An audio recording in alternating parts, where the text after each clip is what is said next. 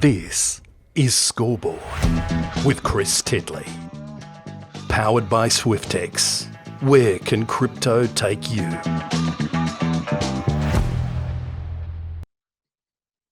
Hi, it's Chris Titley here on today's episode of Scoreboard, the podcast. I am joined by Matt Flynn. Matt, thank you so much for being part of the series. G'day, Chris, and thank you very much for having me, mate. Matt, we're sitting here late Jan in 2026. How's your 2026 shaped up so far, and maybe some plans or some goals? Mate, it's been good so far. We've obviously had a lot of turnover here at West Coast, so it's been an exciting period of time. We've had a new fitness coach come in. We've built a little bit on the back of what Mini implemented at the end of 2025 and through that season, mate. So 2026 has been exciting so far. A lot of new faces, a lot of new ideas, and so far, mate, my goal at the moment is to stay fit and healthy to the start of the season, and then hopefully build on the season I had last year, where I was able to string together the most games that I've played. So yeah, that's where I'm at the moment. Mate, staying fit and healthy is easier said than done. I'm curious on what your mindset of having so much sort of injury and resilience during your life, what the plan is and to stay fit and healthy. Yeah, it's a funny one. I think early on in my career, I did have a lot of injuries, and for me, in the back of my mind, I was always confident in my body as there was never injuries that were reoccurrent. There were a lot of contact injuries or one-off injuries that were actually quite strange. So I was never actually saw myself as an injury-prone person, even though I was copying 10-month injuries at a time. So a lot with that mindset was a good thing to be able to know that once I got on the park and crossed off a little bit of bad luck that my body would hold up. And then in cahoots with the fitness boss and the physios, just working on a few deficiencies in my game and in my body to help me stay out there for as long as possible. So, mate, a lot of the mental side just to keep myself, I guess, present in the moment with it, and then, yeah, with the medical staff as well to keep me rolling. And when it comes to an off season, it's, like go, intense, and then sort of have a little bit of a break. What do you guys get up to in the off season? Do you switch off? Do you go for a holiday? Do you kind of like not think about footy, not think about your body a little, or is it always a little bit on? It's definitely always on. I think the first couple of weeks at the end of the season is the moment you can switch off and really unwind. In saying that, though, for us this year, there was still finals going on. So footy was still around. But I think as soon as finals wrapped up and there is no football to tune into, you really have a moment to yourself to decompress, spend some time with your loved one, with your friends and your family. And I had a couple of weddings overseas this year, which was really nice. So I got over there and really relaxed, and then with one eye on 2026 and getting the body right for that. So there's a little bit of both, mate. But yeah, there is definitely some time to decompress, which I made the most of. When it comes to your relationship with AFL and footy, how would you describe it, and how's that changed over the course of your career? I think I'm pretty relaxed with it. I'm not sure my partner would say the same. I think she thinks I'm a little bit uptight when it comes to it, but I do think that I am someone that enjoys to watch footy. I'm happy to have it on, but I'm also happy to not tune in if that's what I'm feeling. I guess, relationship with my career is a funny one too. You try to do everything you can to be an ultimate professional 24/7, but there is a moment too where it's nice to switch off from it and be a normal human and go down and relax a little bit more and take your mind off it. So it is a funny balance, but I think I've got a good relationship with it now, and it's something I've probably had to build over my last 10 years in the system of not playing football, results not going my way, not getting picked in that, and you've had to really, I guess, create that, relaxed environment around. Otherwise, it becomes all-consuming, and it's not a good place to be. And you talk about being in the system for 10 years, but then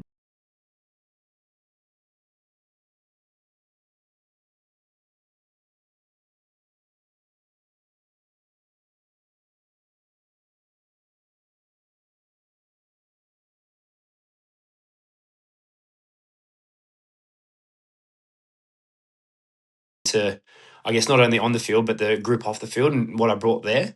So that was really nice. It does bring a level of calm when you do feel like you might maybe pick the following week as opposed to stressing each week. And that is something this year that I guess I was able to have a few more times than not. There was a couple of times I got dropped that does challenge that, but in a whole, to play the 18 and to have a little bit more level of calm and continuity is a really good refresher for the nervous system, I think. Yeah, and then coming towards the back end of those repetitive games and being and traveling and being part of the AFL system and getting involved, your confidence as a player. Do you want to talk about how that changed? Yeah, definitely. I think as a player, you go through, I guess, a lot of different phases to your career, and you go through a stage where you just want to play, and then you go through a stage where you want to play well, and then you get to this funny stage where you actually don't mind how you play. You just want the team to play well and help those around you. And I think this was probably the first year that I felt that, where I was able to go away from my own performance in a bit and look into how I could influence people around me, be that through some communication, some leadership, whatever it may be. And that gave me a lot of confidence this year going forward and how my mindset changed. I was able to get that confidence through knowing that it wasn't so much about my own performance, it was about helping those around me. And that really took a weight off my shoulders, I think. Yeah, and then from a coach's point of view and the team dynamics point of view about knowing your role within the team and then also understanding what you need to do in that team to make it successful, or at least to kind of be in most games. How did you go with that, I suppose, versus like just trying to individually do the best you possibly can just to get picked and just to be selected and to get on contract lists, etc.? Yeah, it's funny because as much as you want to play as well as you can every single week, and that's your number one priority, having that, I guess, bigger lens and understanding some ins and outs of the team and of some other players around you just feels like makes you feel like you can contribute in another way. I think when you're just so worried about performing well, you don't have a kick or a mark in the first 10, 15 minutes, all of a sudden you start to worry. Whereas if you don't have a kick in the first 10 or 15 minutes, but you can help someone else get a kick, or you can put a block on for someone to take a mark, or you can win a hit out to help someone get a touch there, that helps you out in that sense. So having that broader lens of helping the others around you does shift your perspective a bit, and it kind of takes the light, I guess, away from just your own kicks and handballs. Yeah, and the statistics, and then evolving as a player in terms of your skill set and what you're doing as a player. What have you worked on in the last little while to kind of make you a bit more versatile? And I suppose in those positions that maybe you land in, and people go, "Oh wow, there's Matt Flynn. He's open and he's taking a mark and he's kicking a goal to get there." Yeah. I think early in my career, my running capacity was something I really had to work at. And now it's quite funny. I'm not quick by any means, but my meters per minute are always in a pretty good spot for a ruckman. I always seem to cover the ground that grind pace for at a decent amount. So that's been a big work on for me, and that's allowed me to get to more contests, to be able to influence in the air, take some more contested marks, impact behind in front of the football. That's my big focus this year too, is to I guess, play a little bit more like Darcy Cameron and influence in the air a bit more. He gets ahead and behind the footy really strongly. So he's someone that I've looked a lot at in his running patterns and how I can maximise my aerobic capacity to influence the game in that area. So, mate, that running ability is, although it's not something that I'm quick with, it's something that I'm able to keep up the game with. Yeah, and then it comes to stats and data and all the heart rates and kilometers run, etc. How do you go with all that? Yeah, mate, I love it. I'm always in there talking to the GPS analysts about my Ks that week, or my rapid accelerations, or my top speed, or those kind of things. And it is a bit funny because my GPS numbers aren't the best, and all the midfielders, we all have a laugh about it. My sprint meters and whatnot, we always have a bit of a laugh about where I'm at. But I do love having a look and comparing myself to where I was this time last year, or what a game load might look like, and all those kinds of things. And our GPS guys are great. They've got all that data over the last few years, and they can compare it to, I guess, in game and in preseason and where I'm sitting. And mate, I love that stuff. Yeah, no, and then from a point of view of like looking at week versus month versus year, how do you go about just bringing things back to perspective? Yeah, it's funny. I think I'm definitely at the moment trying to be a lot more day by day. I think if I get too big on it, I do get worried, and I do start comparing and think, oh, if I'm not here there, then I'm probably falling behind, or I might be ahead. And you never really know where you are until you're in the situation playing or training against everyone else. So it is nice to compare it to everything else and compare it to last year and see where I'm at, or compare my running loads in game to make sure I'm covering the same speeds and same distances. But to get it back into perspective for myself, it's just, I guess, getting back into training and actually putting that data into practice, and I guess analysing each session as it is and taking it on its merits. And then from outside of data and footy, etc., are there things off the field that you're doing a little bit differently, or are you doing the same? You're trusting your own process, or is there some other things that you go, actually, this has materially helped my performance on the field? Mate, a big thing for me last year was consistency, and that was actually a theme that I spoke with our sports psych early in the year. And it wasn't just an on-field thing; it was a theme that I wanted to, I guess, bleed through my whole life, and had to do with my uni study, about what I did in my days off, my sleep routines, my diet, my friendships. It was all about consistency, and I found that actually fed into my football life really well. I guess I always thought live by a quote like if you can't do something all the time. Like you'll never be able to do it for on the footy field. So I always believed that if I wasn't able to be consistent off the field, I wouldn't be able to do it on the field. So that was something I really, I guess, practiced off field, and that really helped me on field. Yeah, and consistency in particular habits or consistency you wanted to improve in your life? More habits, more habits. So there's things like I got back to meditation, a bit of journaling. Always like started going for on my days off. I found that I got a little bit, I guess, static on my days off, and I wouldn't do as much. So just make sure I got a walk in, and a big thing for me. I'm a very social person, so on my days off, making sure I got one or two social connections to just keep that going. And I found that consistency in my habits more so than picking things up. It's more just doing the things day in day out. Yeah, and then when it comes to things like sleep, and that's been talked about a lot in terms of sleep tech and sleep and the different times of games and different venues, etc. You have to adjust it accordingly, and maybe your meals you have to adjust. Have you worked out Yeah. some sort of like routine? I have. I think being in WA is actually a funny one because you have your time difference every time you travel. So that's actually a little bit different. I guess your body clocks are a little bit different to what it is when you're in Melbourne as compared to when you're in WA. And especially at the moment with daylight savings, it's 3 hours behind. In saying that, though, I think I've taken a lot of pressure off those things. And when I was younger, I used to worry about it and used to be, okay, 6 hours before a game, I'll have this, and 3 hours, I'll do this, and an hour out, I'll do this. Whereas now it's if I'm tired, I'll have a sleep. If I'm hungry, I'll eat. If I'm feeling good, I'll go for a walk. But now it's more just about listening to my body. Are you still nervous? Oh yeah, mate. I don't think that'll ever go away. Still go out there, and especially when you're playing at the MCG and you're running up the tunnel and you look outside, and it's you still get those butterflies. And what do you do to alleviate that, or is that a healthy thing? You're okay with that? You just move on and sort of get to the flow. Yeah, I think it talks about something I spoke about just a bit earlier about getting present. I used to get over aroused, and we talk about your arousal levels in performance. I actually used to get over aroused, and I didn't realize I was, and I actually started crashing really early, either before games or in the first quarter, and I never realized that's what I was doing. So I'd have more caffeine and more energy and more lollies to I thought had to get myself up. And I soon learned after some conversations with the sports psych that it was actually taking a breath, becoming present, and bringing myself back down was the way that I self-regulated those nerves. And I found myself having a lot more energy by actually slowing myself down rather than pumping myself full of caffeine and sugar to get myself back up. And then when you've taken the mark and you're in front of goal and there's a whole lot of silence around, what's going through your brain? Try not to turn it over, mate, or look for the handball, look for the runner coming past me. That's something that I've always done. Is like I try to calm my mind as much as I can, but I know what my one wood is, and it's in the air. And kicking's not a strength of mine, so mate, I do actually go through the process and look at my options and go, okay, there's a long down the line kick. Maybe there's an open switch I might go for. 45 is not something I'll look for, but if there's a runner that's coming past me, that's one I'll definitely look for. So it's about, I guess, calming yourself down, getting in that moment and actually assessing your options more than just rushing through it.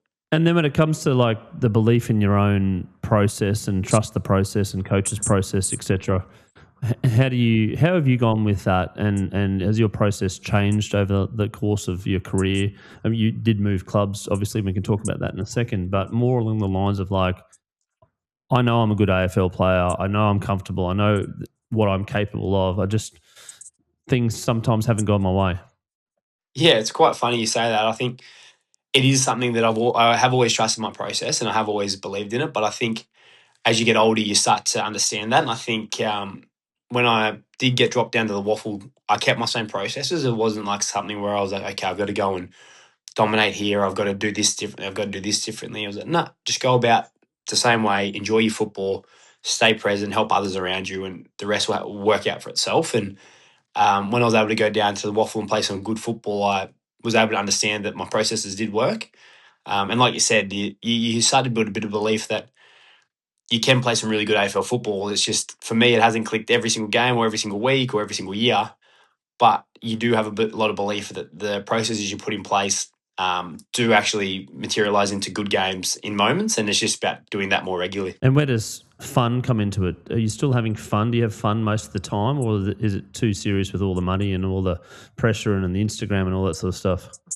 Now, it's definitely something that I come back to. And I think there's moments in the year and moments in your career and that you definitely aren't having as much fun, and you are worried about performance, or you're worried about how other people are seeing you, or you might see a media article about yourself or whatever it may be.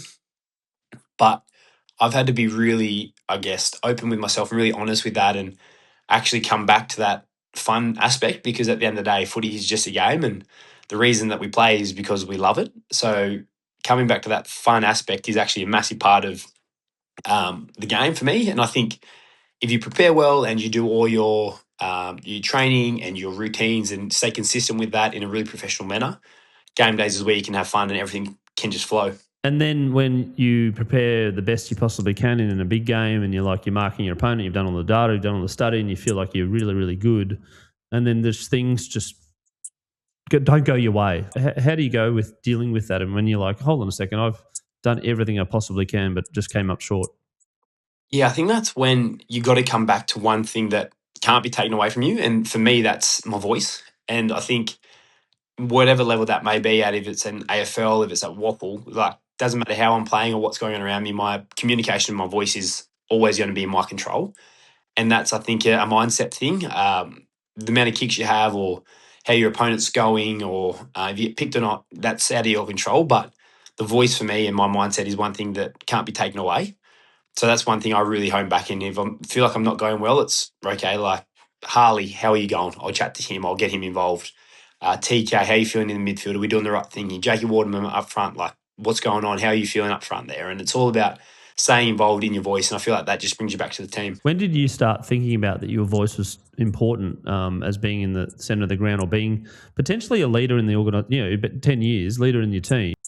Yeah, well, Shane Mumford was someone I learnt from a lot of the Giants, and he used to ride me so hard on that. He used to always be like, I can't hear you, I can't hear you, I can't hear you. And I'll be like, mate, I'm talking. And sooner or later, I learned that it wasn't just about talking, it was about demanding others, and also being a little bit, I guess, intimidating for the opposition. If everyone's talking, the opposition starts thinking like, oh gosh, what's going on here? How come they're all so organised?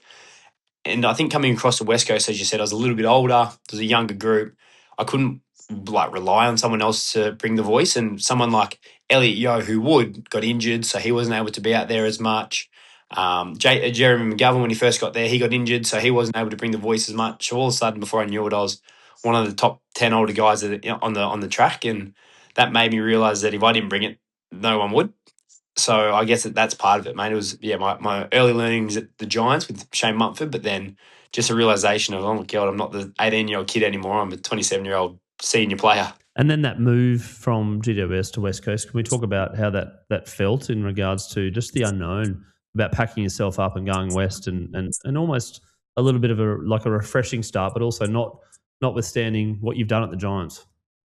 Yeah, it was difficult. I think I had a lot of relationships with the Giants. I was a part of the Giants Academy from under 12s all the way through to when I was 25, I think, when I left. So you have a lot of relationships there, not just at the club, but in the organisation. And, mate, it was really difficult. I knew no one over in West Coast at the time. I had a couple of mates that had moved here, but that was about it. And me coming across here in the first day, I was absolutely, not in a good spot. I was pretty nervous about starting, but it was good for me. It was a decision I had to make for my career and for my livelihood going forward. And I don't regret a part of it. I love it over in WA at the moment. I love the club, and I've made some amazing connections here. But mate, yeah, it was a difficult change, but it was one that I'm really happy I did. Did it feel a bit awkward at the start, but now obviously the players and the team and the coach, you're starting to understand their style, which may have been a little different? Yeah, it was very awkward, I think. And I also came to West Coast at a time where Simo was obviously on the way out, and the year we had a lot of older players that were injured, and a lot of those guys have moved on now. So it was a very awkward time when I came across, I guess, in that sense. But now I've settled in really well. There's got a big influx of only young players, but guys around my age, and Liam Baker, Jack Graham, Brendan Starcevic, Matty Yowies, these kind of middle-aged guys that have come across as well and changed the, I guess, feeling of the club. And then you put in that with some guys that have been here for a long time, like Tom Cole, Liam Duggan, who are premiership players. That just is starting to make the place feel a little bit more, I guess, whole in a sense. But no, mate, it was an awkward change, but it is definitely on the right trajectory. In 2026, coming up to a big year, is there a goal for 2026? Is there something in your mind, a team goal, an individual goal? And how do you think about a season where, you may have not played finals for a bit, but like, is the goal to make finals, or is the goal to win a particular number of games, or is the goal just to get the best out of the team? Yeah, individually, I haven't really set a target as of yet. I need to actually sit down and go through that. I am a big goal setter, and at the moment, I've got a few goals from my preseason that I've tried to get after that are in really good shape, and that a lot around, I guess, body composition and fitness and metrics and those kind of things that are in good areas. And then I guess the next step for me is to work out my season goals and where they sit. Collectively as a group, we've spoken a lot about where we want to be and haven't really put a number of games or wins as our ceiling or as our floor. It's about progress and about getting better. I think we're definitely setting our sights for, if we don't make finals this year, we're definitely making finals next year. And I think that's our view at the moment is 2026, there's no view, there's no ceiling, there's no floor, but we're playing finals in 2027. And if we play 2026, amazing, but we're going after that year. Mhm. Darcy Gardner talked about when the Lions were on the wooden spoon about the metrics that they looked at to like lose by less, or like there's a few, and compare yourself to top 4 and top 8 teams, and if you're slowly incrementally moving in the right direction wherever you finish on the table, that's a win. Is that sort of something that you guys are thinking about a little bit? Yeah, definitely. There's a lot of metrics such as time in forward half, time in front, time in possession, stoppage meters, all these kind of KPIs that account to wins and premierships. And we did the same thing. We compared ourselves to top 4, top 8 teams and where we all sat. And if we looked at, I guess, a half of football or 3/4 of football, we actually were really competitive or in front in a lot of those metrics throughout the year. So that was I guess, a really big positive for the group. And the thing for a young group was not so much the physical side of things, but the concentration. We had massive concentration lapses where we wouldn't be in structure and whatnot. We did a lot of work on that. So yeah, those metrics about time in forward half, transition from inside 50 to D50 and how quickly we can move the ball, forward half turnovers. These are massive metrics that we've looked at, and compared to the top 4 teams last year, we sit in a really good spot for 75% of the game. It's just about bridging that gap by 5%. Yeah, and then when it comes to those metrics, and let's say you feel like you're doing well, but then you might lose by 6, how quickly does it take you to move on from a loss? And how have you evolved with that sort of feeling over the last 10 years or so? Yeah, it's definitely, it stings for a good amount of time, like 1 or 2 days after. I think one thing last year, which was different to my first year here, was that the losses really hurt. Whereas I think in our first year, it was almost like, oh, well, that's another one, that's another one, that's another one. Whereas last year, when we were very competitive, it felt like that one went missing, that one slipped, and boys were really bitter about it, which I think is a really good spot to be. But you are right. In footy is a funny game. You get the following week to back it up and go again, and you learn a lot in a 24, 25 game season, whatever it is. You learn a lot in your reviews, and to be able to put that into practice and continually see improvement is something that we really went after. And Matt, we've got a sponsor for Scoreboard, and that's SwiftX. And SwiftX has got over 1.5 million users in Australia and New Zealand. It's Australia's most trusted cryptocurrency platform. And as part of their partnership, we do a little segment called the Bucket List. And that is a sporting event that you haven't attended thus far live that you would love to attend. I'm curious, Matt Flynn, what your sporting event would be if you were to attend live. Mate, I think I'm going to have to say the Masters. I think a lot of people say the Super Bowl, and that's one that I'd absolutely love to get to. But I feel like the prestige of the Masters would be one that would be pretty special. And you're a golfing fan? I enjoy it, mate. I'm not a huge fan by any means, but I think it's more the prestige and mystique around it would be the thing that I'd love to see. We also have another partner in PocketSmith, and PocketSmith is the personal finance app for the household budget, the CFO of the household to track your net wealth and see your spending habits, etc. And they've got over 80,000 Aussies in Australia that have downloaded their app. And Matt, I'm curious to know about budgeting and sporting and money and everything. Are you a budgeter, and are you the CFO or household? Mate, I'd like to claim to be the CFO, but I think my partner, I think she's the one in charge when it comes to it. But, mate, we are big budgeters. Moving across to WA, we were able to buy our first place, and that came with its own challenges. So, factoring a mortgage into the budget was a bit harder than it was previously in Sydney when I was only renting. But, mate, big budgeter, using Excel spreadsheets at the moment, so I might have to jump across. But, mate, it's something that we love. Yeah, no, excellent. That's great, mate, that you do that, because it is important, and there's lots of things and outgoings and ingoings and car repairs and you name it. And a big shout out to Pocketsmith there if you want to download it. Mate, I might need them. I tell you, there's so many things pop up that you don't realise, so it would come in handy. Yeah, no, absolutely. Now, another question I ask my guests is their all-time favourite sporting moment, and I preface this as it doesn't include yourself. Mate, it's funny. It doesn't actually involve me, but in 2012, my local football club won the first premiership in 20-odd years, and I was able to be there. My old man was the secretary at the time. So, mate, hugely involved with the Narendra Football Club, and that moment back in 2012 as a little 17-year-old was my favourite moment that I can remember. Just going back to that in terms of your club and some early club shout-outs, have you got some people when you're growing up playing footy that you remember deeply and that affected you deeply? I'd love to kind of extract a few memories here. Yeah, mate, definitely. I think, as I mentioned, my old man was a big player at the club. He wasn't a great player, but he was a big in the off-field scenario. He was a treasurer, he was a secretary, he was a president there for a while. But there was Zach Williams is a local from Narendra. He's at Carlton now, and mate, he was one of the best on ground that day actually for Narendra in 2012. So he was awesome. Timmy Ruffles played for Fremantle back in the day for a couple of games, so he was another name. And then I guess the ones that had an impact on my career outside of my old man, of course, were a bloke named Sean Brooker, who did a lot of work with the academies, who helped me through the draft combine, did a lot of training there to help me. Jamie Grinnell was another one. He was a coach of the town at the time, and he was a gun local player and a good family friend of ours now. And he did a lot of work with me on my kicking and just conversations in general about what entailed to be a good footballer. So, mate, there's some big names back there that really helped me along the way. And one day I'll end up back at Narendra playing a few games for sure. So I love it.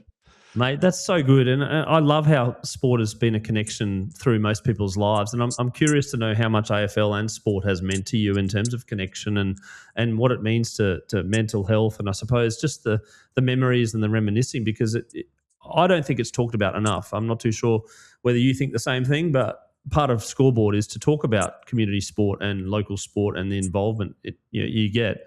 And just chatting to you, you've lit up a little bit about talking about your junior areas. I'm curious about your thoughts on it all.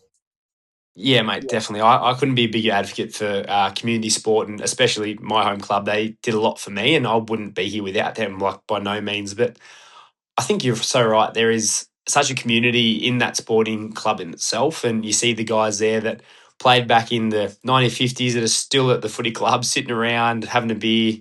And then all the young guys coming through, the under-17s won the grand final back home this year, and those guys that hadn't been in the club in years there to watch them. So for mental health, mate, for that social aspect, I think it's community football or community sport in general is an amazing thing.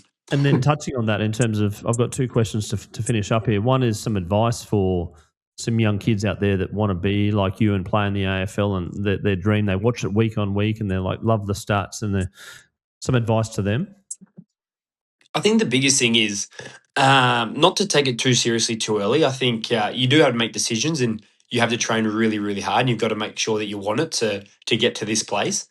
However, you do need to enjoy that aspect of things, that social side, enjoy playing with your mates, and not forget that you do love the sport. I speak to a lot of young guys now that are 17 that are going through the academy system that tell me that they're training too much and they're falling out of love with the game. And to hear that at that age is really hard, because for me at that age I loved it so dearly. So one thing is to, as much as you need to commit and you need to train hard and you need to make sure you want it is to make sure that you're still enjoying it for what it is, and that's the game of football.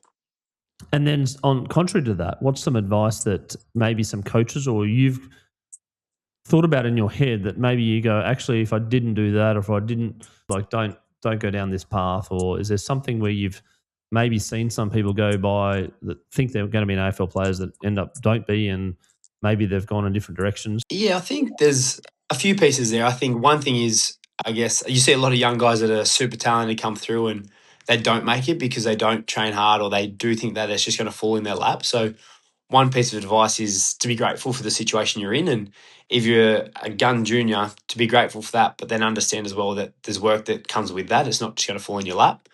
And I think another thing is that you can't, like, it's not so much about not playing up. It's more about understanding that there is bigger fish to fry in some situations. And just because your local club is where you want to be, understanding that you might not be able to train 3 times a week at your local club and 2 times a week at the academy, because that's when you do burn out. So I do think you need to understand about where your time is best put, and not to, I guess, burn the candle at both ends in that sense. Yeah, and then from your point of view in regards to, I mean, we don't want to talk about life after footy, but we should talk life after footy. Maybe. Your thoughts outside of sport, what are you thinking? Yeah, I'm not quite sure where I'm going to end up. I've nearly finished a Bachelor of Psychological Sciences. I've got a couple of subjects left there, and that'll be done me for the year. And then whether I progress that into either a sports psych degree or into my clinical psych is an area I'm going to look at.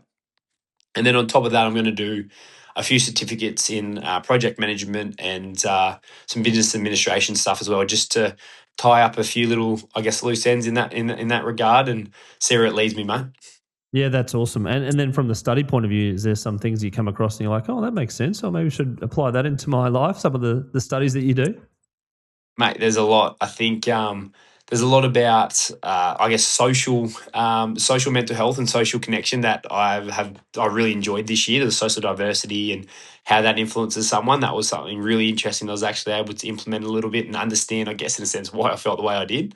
But mate, it is interesting studying psychology and having the sports psych at the club. He's a superstar. Having him at the club too to bounce some ideas off has been awesome. Matt Flynn, thank you so much for being on Scoreboard, the podcast today, and having a chat about a glimpse of your life, some ups and downs and the highs and everything in between. I really do appreciate you coming on, and congratulations on a great 2025 season, and all the best for 2026 for you and the team as well. I look forward to catching up and supporting where I can. Thank you very much, Chris. I've loved being here. This has been another episode of Scoreboard with Chris Titley. Go back and check out some of the other episodes you might have missed.